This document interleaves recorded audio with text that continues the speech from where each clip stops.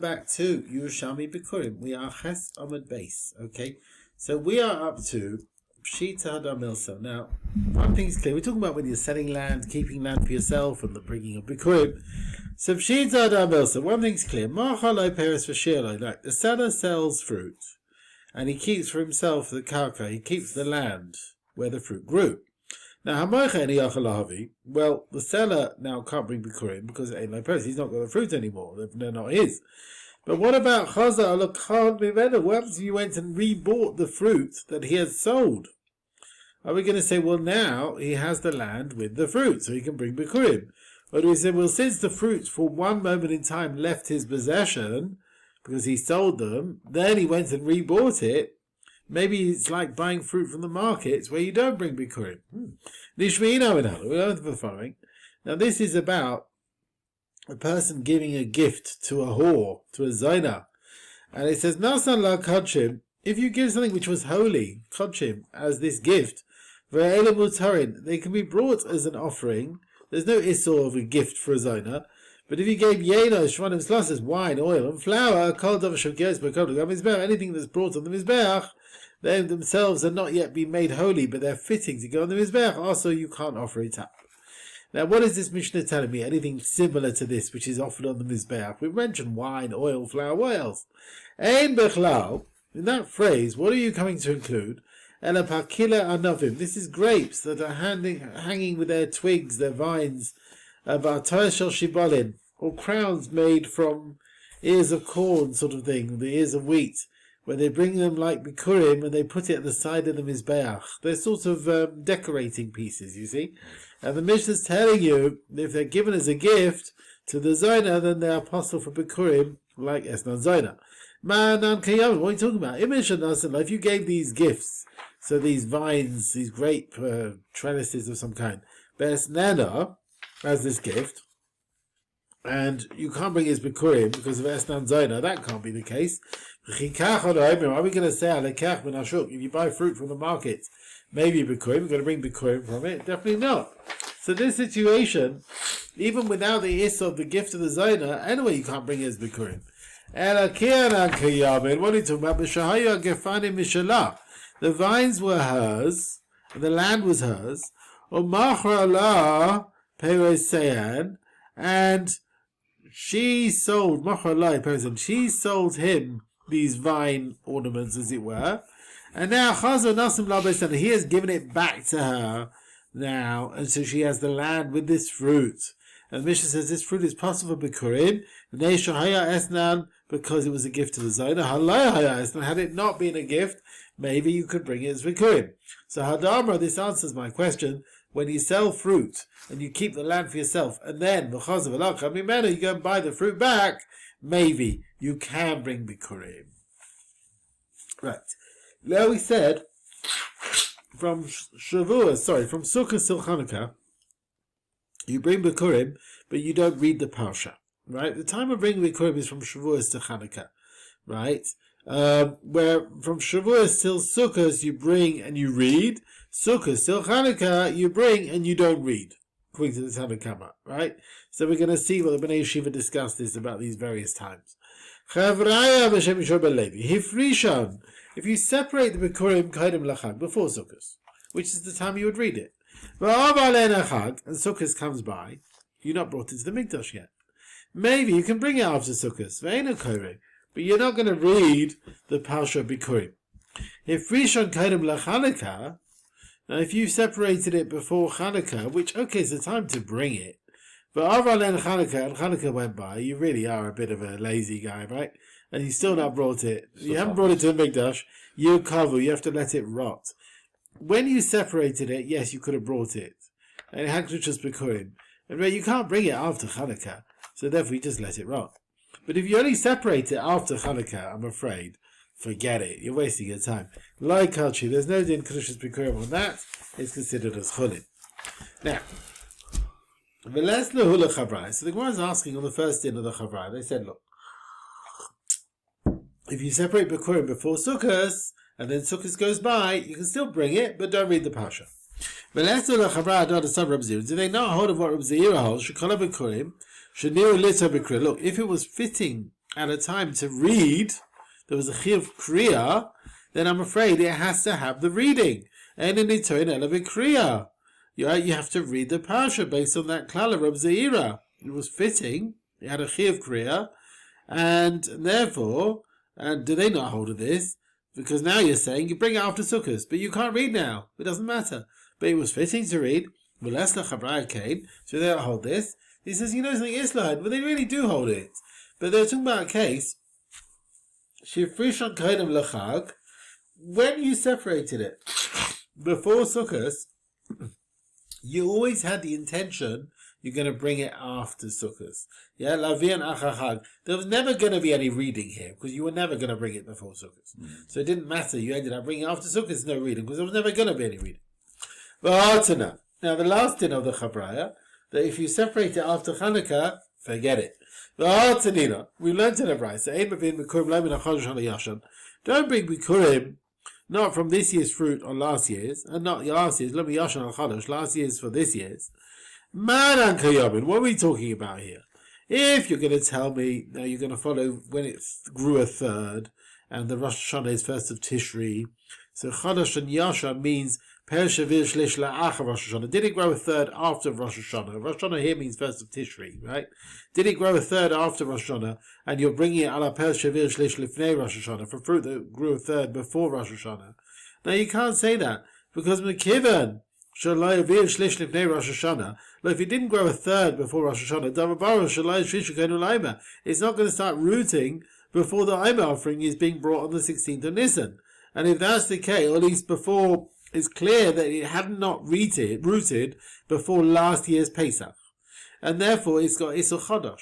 Yeah, it's the Isur having the new grain, and it's got to stay rooted in the ground until Pesach. And the din is, wheat and barley, Isur Chodosh, they are forbidden. You need to wait till next Pesach when you bring the Omer offering, and he'll permit it. And therefore, if you're talking about grain, you can't tell me don't bring Bikurim Chodosh for Yashan. Chodosh itself is possible for Bikurim, and Chodosh on Chodosh, you can't even bring if it's Chodosh. It's new grain which hasn't gone through Pesach yet. You can't have it.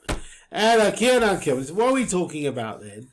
What fruit is it? Don't bring Bikurim of 1 year for another year.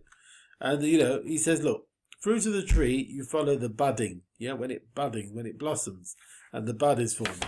Their Rosh Hashanah is not Rosh Hashanah of our Rosh Hashanah. It is Tu B'Shvat. Yeah, there's no Isur Chodosh on that. So it could be the Bryce is talking about so don't bring Bikurim from fruit that budded before Tu B'Shvat, for fruit on fruit that budded after Tu B'Shvat. So that is the cutting off point. Okay, so don't bring Bikurim of fruit before Tu B'Shvat for fruit after. Now, this Bryce you see, don't separate fruit which budded after Tu B'Shvat for Peiros which budded before Tu B'Shvat. But it sounds like the problem is because it's 1 year for the previous year.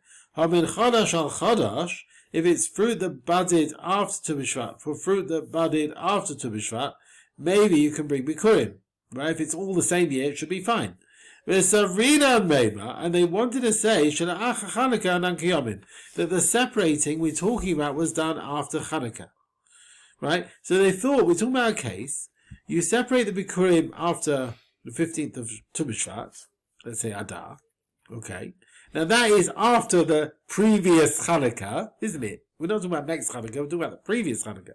It's after the previous Chanukah, and you don't wait to separate it till after Shavuos, and we see from the Bryce you can separate Bikurim after Chanukah. That's what we see here.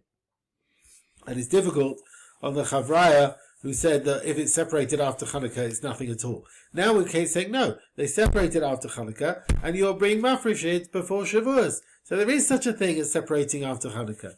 Rav Chinna said, this Bryce that you can separate Bikurim from fruit that's blossomed after Tu B'Shvat, for fruit that was blossoming after Tu B'Shvat, is talking about where the Hafrosha was done Bismanon. The Hafrosha, the actual separating, was done after Shavuos. So not that you separated it in Adar time, You actually separated it after Shavuos. That's what you did. You follow, and that's the right time. Okay? The Bryson way, you do it in the proper time, after Shavuos.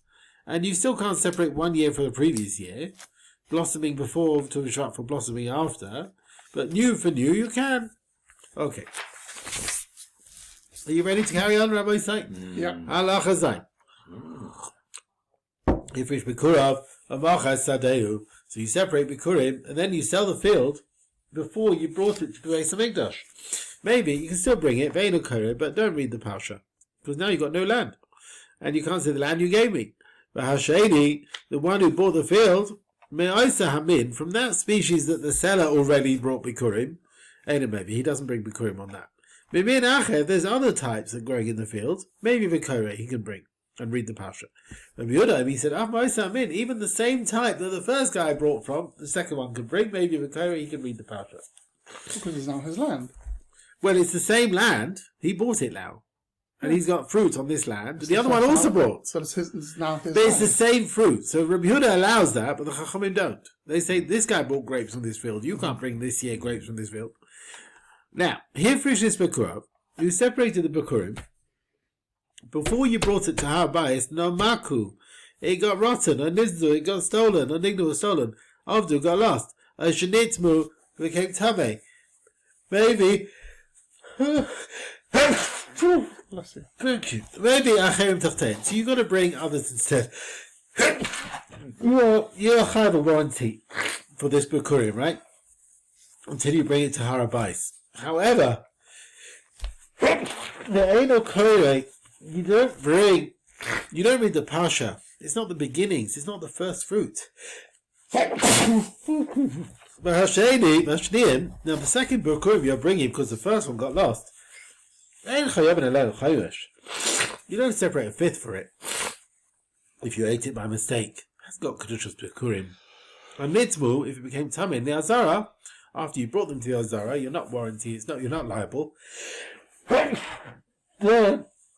no fate. Then you can scatter it from the basket. Just scatter it, in a Koreh, and you don't read the Pasha. So you just scatter it on the floor, sort of thing. How do we know that you are liable for it until it reaches Harav? It says Reishis Bikkurei and Masechet, the beginnings of your first fruit. Tavi Beis Hashem Lakacha. You have to bring it to Hashem. You are responsible for it until you bring it to Harav. Now we have another pasuk. You bring Bikurim, but you don't read the Bikurim. This is a case of people who bring and don't read. If someone brought Bikurim, from one type of fruit, but Kari read the Pasha, then he brings Bikurim from another type of fruit, of Shivas Aminin, he doesn't read the Bikurim Pasha again. So he's bringing another species, you don't read the Pasha again. The reason is, it says, Higadati Hayom. I've said today, you'll come to the Cohen in that time, Higati Hayom. And they say once a year you can say Magid, you can't say it twice. Okay? Right. Now, the first part of the Mishnah, there was an argument, you separated Bikurim from one type, and then you sold the field. The one who buys it, does he separate Bikurim again from the same type? According to the Chachamim, he can't separate Bikurim again from the same type. And Yehuda held that yes, he can separate Bikurim again from the same type. So what's the reason of their dispute? I hear you ask. What's the reason of Rabbanan? He got to Hayom. I've said it today. You can say it once. The Pasha, Magid Pam Shnia.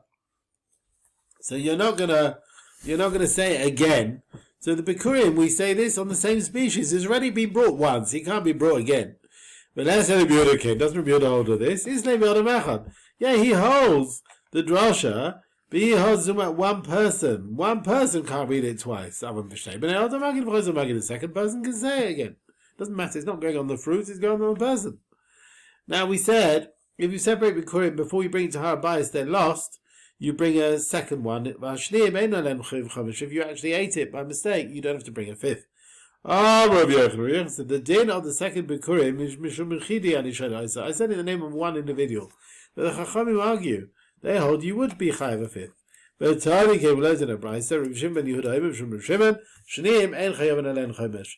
So this is one individual. This is Rav Shimon saying this. Well, yes, you're right. There's no din of a chomesh on the second lot.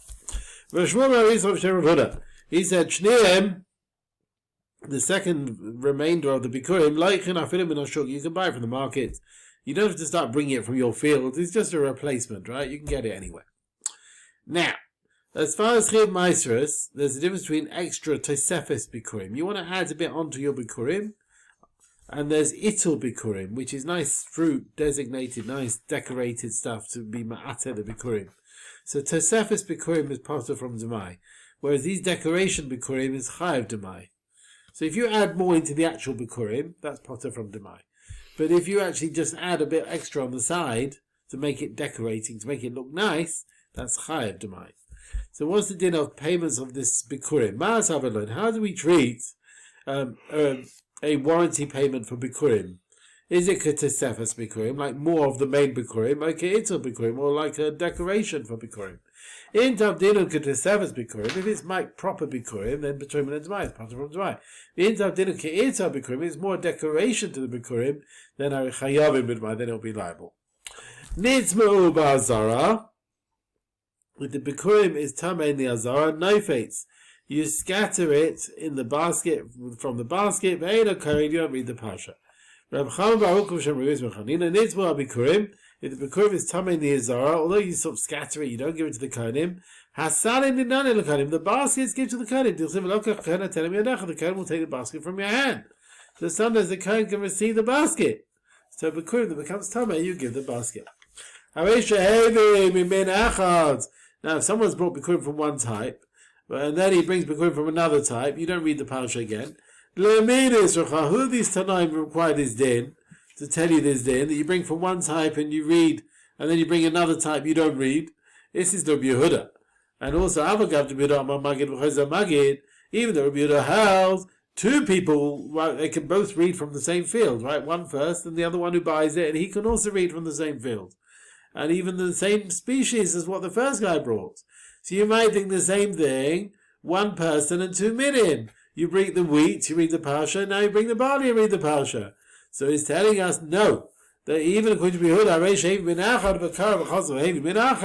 he brought wheat before, now he brings barley, you don't read the parsha again. Now this is, what is the source of the din that you don't read a parsha twice?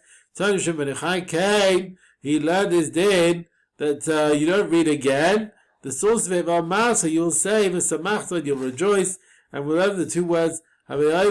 He says, you're reading Bikurim ala Simcha on the joy of Bikurim you're bringing out of Simcha. And the main Simcha is the first Bikurim that you bring, not when you're bringing later on in the year. Okay. Mishnah beginning the parak open, there's 3 types of people about bringing Bikurim. You've got some who bring it and read, some bring and don't read, and some don't bring and don't bring at all. Now, we've spoken about the other types. Now we're talking about the first type, the people who bring and read. Yeah? The following bring Bikurim and they read the Pasha. You're bringing Bikurim from Shavuos to Sukkot. Misheva Saminin, 7 species. And Min HaPerosh B'Harim, the fruit, the good quality fruit in the mountains. The dates in those areas, which again is good quality. The Zayse Shemen, the choices, olive oils, olives. Or Me'eva Yarden, even from Eva Yarden, the other side of the Jordan, you bring Bikurim. That's also included, the land that Hashem you've given us. Rabbi Yosef, really, he says, no, don't bring from across the Yarden. It doesn't have all the brachas of Eretz Yisrael. Now, so Rabbi Yosef held that Eva Yarden is part of Eretz Yisrael, but it's not Eretz Zavas Chalav Advash. Rabbi Yosef Shemesh Lakish, Rabbi Yaina, Rabbi Zira, Rabbi Shem Chalina, Chisha Asa Mil, Chizo the Siparin, 16 kilometers around, surrounding Siparin, that is the really fertile area of Zavas Chalav Advash.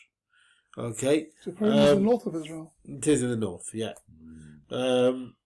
Okay. Rav Yoda said, if you're going to sort of draw a line, a virtual line straight through the mountains, so you imagine as if you're drawing a straight line, you're making a hole through a mountain, and you take the rope straight to reduce the distance of the slants. You just knock your way through, as it were. You will find the Ilan Shigrini de Beishan. So these are places which are called like the hips of Beis Sha'an, the areas around Beis Sha'an, these hills. Minahen, they are included in that 16 mil, which is surrounding Sipori. Amanda Mekada, if you do knock through, you will find Hadar Bikas Ginisa Minahen. That's also, Bikas Ginisa is also included within that 16 mil surrounding Sipori, which is Zavas Chalav and Dvash. In Bavli, you have in Mesachas Brachos about Ginisa, that the fruit was very sweet. Now, Mesirin, Rav Yonah, they ask you as a bit of Oksiv, he says, Va'amar, I said, I'll take you away from the afflictions of Egypt, to a big, good land, to the land flowing with milk and honey. So the Torah calls the whole of Eretz Yisrael Eretz Zavos Chalav Dvash. Why are you only telling me only 16 mil surrounding Sipori? So Rav Yonah answered, Asher Ba, he says, the meaning is like this, I'll take you to the land which has within it Asher Ba Zavos Chalav Dvash. Right? Although it doesn't mean the whole of that. Now we said, according to Yosef clearly, you don't bring Bikurim from Eber Yardin because it's not Eretz Zavos Chalav Dvash. So we bring a brisa is another reason Rabbi Yosef clearly. He told me loads in a brisa. It says, I brought the fruits which is the land you've given me. And Bikurim applies Asher Nasatali, the place that you've given me. Lo Shanatali V'asvi, not that I took myself. He says, don't bring Bikurim from Eber Yardin because they received their Nachla, Eber Yardin, based on their request. So it's as if they took it themselves, because they asked for that land. What's the difference between the reason brought in our Mishnah to the reason we just brought in this brisa? It seems according to both, Eber Yardin, there was no Bikurim.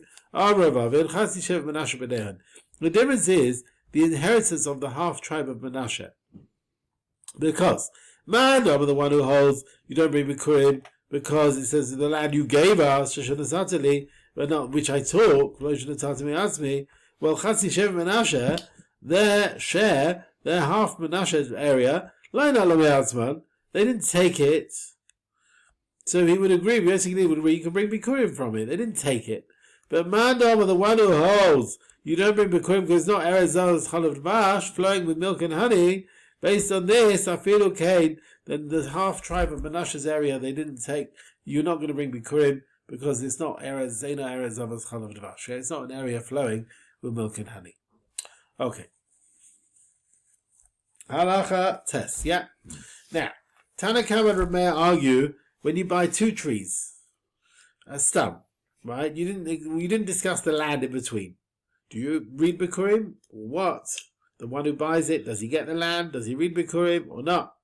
Hakola shalosh ilanos, when you're buying 3 fields within your friend's field, 3 trees, without discussing it, then maybe a Bikurim. You can bring Bikurim and read the Parsha. Rameh says, I feel the Shnai, even if you bought 2. If you bought only 1 tree, then forget it. Maybe Bikurim. If you explained that you're buying the land and the tree, maybe Bikurim, then yes, you can bring the Parsha, you can bring and you can read. Now, so Rameh held even 2 Bistam, you can read. 1 where you clearly designated it, then you can read. Now you have people who work, right? The sharecroppers, they work on the fields for generations, right? And they're entitled to a share of the produce. They may have been there a long time. Now the land is not really theirs, but they have a sort of a leasehold, don't they? Really, sort of thing. So Rav Yehuda said, the sort of the leaseholders, Mevir and V'Kohen, can bring Bikurim and read the Parsha. Now, first of all, these sharecroppers, and Chaim and Rav Yehuda, Tani Chakore Bate Avos. Now, this opinion says in Raisa, these leaseholders, the sharecroppers, where they and their parents were here for years, Eina Mavin, they don't bring Bikurim. Rav Yehuda, he says, Eina Mavin, he said they do bring Bikurim, they go and they read the Parsha. Now, according to Rav Yehuda, even these leaseholders bring the Bikurim and read the Parsha. Now, we're going to bring an argument, what leaseholders are we talking about here? We're talking about like their family houses, they've been doing it for generations. This is one thing. According to Yehuda, they're Botei Avos, they've been here for a long time, they bring Bikurim. Rav Yehuda, Rav Yochanan, he said, he said, no, we're talking about the sharecroppers They happen to have a skill. They're experts in their field. But not that it's been in their family for a long time. But they are skilled at what they do. Now, if they're skilled, you're not going to chuck them out, you see. Get somebody else. You're not going to get someone else. You'll be happy with them. So what's this argument? They wanted to say, the one who said we're talking about these skilled people, then, but an ordinary sharecropper, forget it. He's not going to bring Bikurim, I can get rid of him. But that's Oris L'Shah, that's if he's for an Oris for a temporary period of time. And he's not an expert, I can move him whenever I want. So everyone agrees he doesn't bring Bikurim. If, however, he's going to be here forever, he's been here a long time, I can't move him, then maybe you can bring Bikurim according to everyone, even though he's not an expert. If he's here for a long, long time, then I can't move him, so you can bring Bikurim. Asked Reb Chia b'Shem Reb Yochanan, and he said, you know what, even if he's there a long time, he's there for a long time, but if he's not an expert, maybe, look, he's not going to bring Bikurim, because the truth is I can get rid of him. But Lama, why do I say this? Because he says, our Mishnah is talking about a case where they know what they're doing, they're experts. Yeah? They're talking about people who are experts in what they're doing, and the reason, since they're experts, you'll leave it, I'm not going to get rid of him. But if he's not an expert, then one thing's posher, that according to everyone, I shouldn't bring any Bikurim. Okay? Okay. You want to carry on? Yeah? Okay, we'll carry on.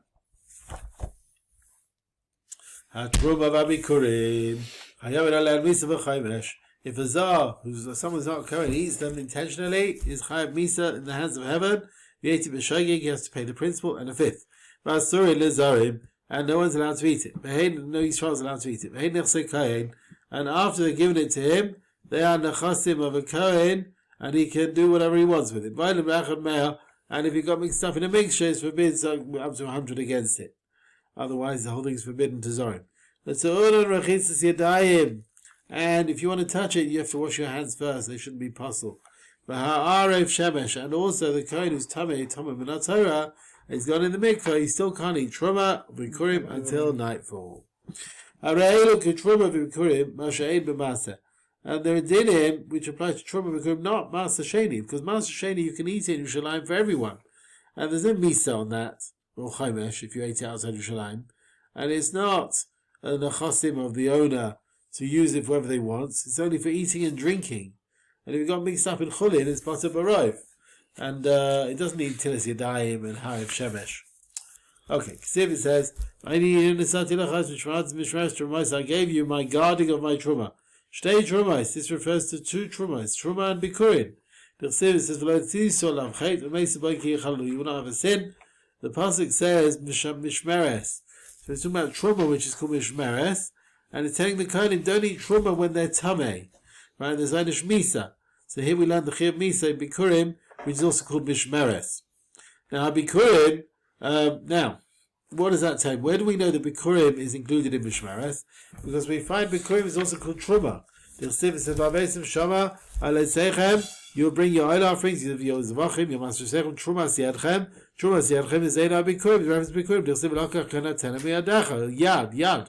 So Bikurim is referred to Truma. So we dash in the possible Yishmael's Truma, I cite to include Bikurim. Now maybe, how do you know Chiyav Misa from Mesa? But I never Bekotrim Akasamadaba. Maybe it's talking about Mesa that will die, is Karbonos, not Truma. In the Pasha it mentions the issue of eating Kotrim, which is Batuma. He says, no, Krakasiv Kores Bakotrim. We know with eating Kotrim Batuma there's already Kores. So there can't be Mesa by Kiyach Halaluhu, which is death at the hands of heaven, by eating Kotrim, because we already know there's Kores. He says, maybe Misa and Kores by Kotrim. Maybe there's two punishments. He says, wait a minute. If there's Kores and Misa at the hands of heaven, how can he get both? Chiyesh Meis v'Chayzer Meis, can he die twice? Right, Kores comes before Misa b'dei Shamayim. Because Kores, we'll see soon, comes at the age of 50. And Misa b'dei Shamayim comes at 60. So how can he have both? We learned the one who dies after 50 years, within 50 years, basically Kores, that is Misa. Yerushalmi's got an opinion who holds Kores is 50. Not like the Bavli, who always refers to 60. We'll see soon why. Chamishim Shana, Chamishim Shtayim, 52 years, is like the death of Shmuel HaNavi, who died at 52. This is Shmuel HaNavi. Shishim, 60 years, before he's reached 60, is Misa Amor B'Torah, Stam Misa, which is Misa the B'nai Shemaim. Shivim, 70 years, is Misa Shel Seva. That's an old age. Shmainim, 80 years, Misa Shel Zikna, of serious old age. Vikama Elach, from there we learn, anything after that is Chayitzah, is life of pain. So you see, the Mises Kares comes before Misa B'nai Shemaim, so you can't get punished twice. So he says, but what did you want to say that Meis Chamishim is Meis Kares? 50 is Kares. Where do you get this from? It says, when the Leviim were working in the Mishkan, it says, don't cut them off. And these you should do, they should live. When they come to the Kodesh Kodashim. They shouldn't feast their eyes on the Holy of Holies. Right? And he says, they shouldn't come and see the Kodesh and die. It says, when did they work being Leviim? Up to 50. After 50 years they come back. So the Avodah of the Mishkan was till the age of 50. So you have to say the death connected with the Avodah was before age 50. Right? And the Torah uses the Lashon of Kares. Al Tachrisu. So we see that Misa before age 50 is Misa's Kares. Rav Avin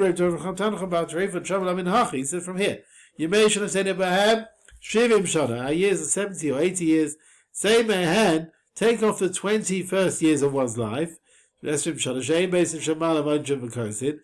don't punish, so you have 70, take off 20, you end up with 50. And you have 60, which is Kares, but Kares is cutting something into two. Kares, he has like half of those 60 years, and you end up with 30 years. Together with the 20, you end up with 50. Nims the Soime comes out, one who dies at 50 is dying in Kares. Chamishim Shtayim is Mr. Shmuel HaNavi. That's the death of Shmuel HaNavi. Rarama Raider of Popim, Rishom Diskinin, Rishom Levi, Becholad Seviyah Moisad Vasasam Achlamachsa. So a person is, like his sadness is extra, and not to say too much, right? Sometimes speaking too much is sometimes lacking. Because Hannah, who was Shmuel's mother, she said too much.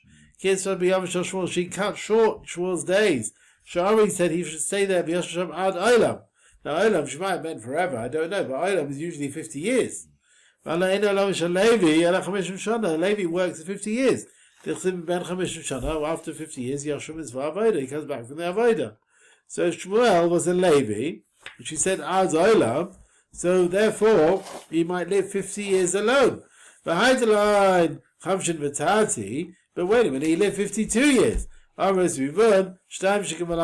years that she weaned him, the first 2 years. So you add that onto the 50, that's why he lived till 52 years. Okay? Right.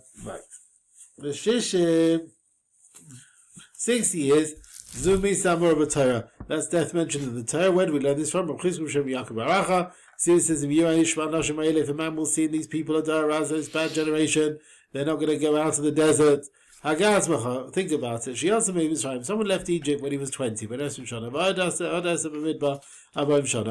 40 years in the desert. Or Macy died. This is over. It comes out. He died for 60 years.